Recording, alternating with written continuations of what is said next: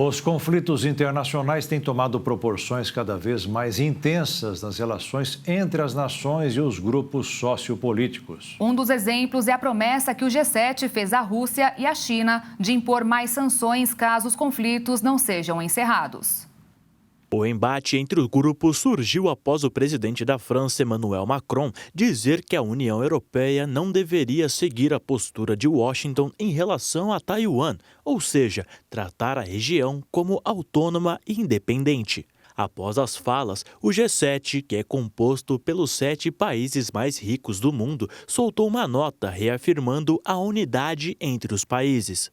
A informação também foi reforçada pelo secretário de Estado norte-americano Antony Blinken, que, por sua vez, disse que as nações do G7 compartilham uma expectativa de que quaisquer diferenças sejam tratadas pacificamente. As falas ocorreram após uma reunião na cidade japonesa de Karuizawa. Ao mesmo tempo do debate sobre a situação na Ásia, a guerra da Rússia na Ucrânia tem sido o desafio mais imediato para o grupo.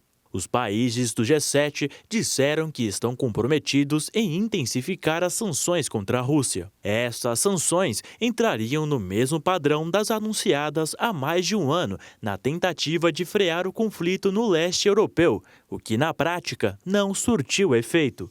O assunto da guerra também se tornou pauta em território nacional. Após a visita do ministro das Relações Exteriores da Rússia, Sergei Lavrov, ao Brasil, e falas do presidente brasileiro consideradas controvérsias sobre a invasão de Putin, Lula voltou atrás e afirmou que o Brasil condena a violação territorial da Ucrânia.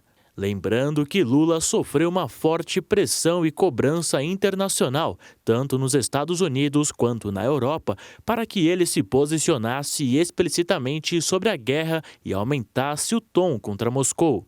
A declaração foi dada por Lula durante um almoço no Itamaraty com o presidente da Romênia, Klaus Iohannis. A guerra foi um dos temas mais abordados por Lula e pela imprensa internacional durante a viagem do petista à Ásia na semana passada. E mesmo após a repercussão negativa das falas de Lula, o porta-voz da diplomacia ucraniana, Oleg Nikolenko, refez o convite para que o presidente brasileiro vá a Kiev de modo a compreender as reais razões da guerra e a essência da agressão russa, e ainda ressaltou que a Ucrânia observa com interesse os esforços do presidente do Brasil para encontrar uma solução para acabar com a guerra.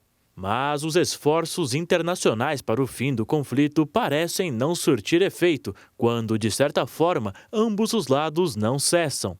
Isso porque os líderes envolvidos na guerra visitaram bases militares de seus países. Putin visitou suas respectivas tropas na linha de frente do conflito. O líder russo visitou áreas ocupadas da Rússia em Kherson, enquanto o líder do governo de Kiev esteve em Advinka, na região de Donetsk, no leste do país. O líder ucraniano conversou com tropas e escutou relatos do campo de batalha e também agradeceu os combatentes pelos serviços prestados e premiou soldados. Enquanto diversas pessoas sofrerem com o medo e pressão psicológica, a guerra parece estar longe de acabar, já que, de certa forma, os dois lados envolvidos têm ideologias e visões diferentes sobre o conflito.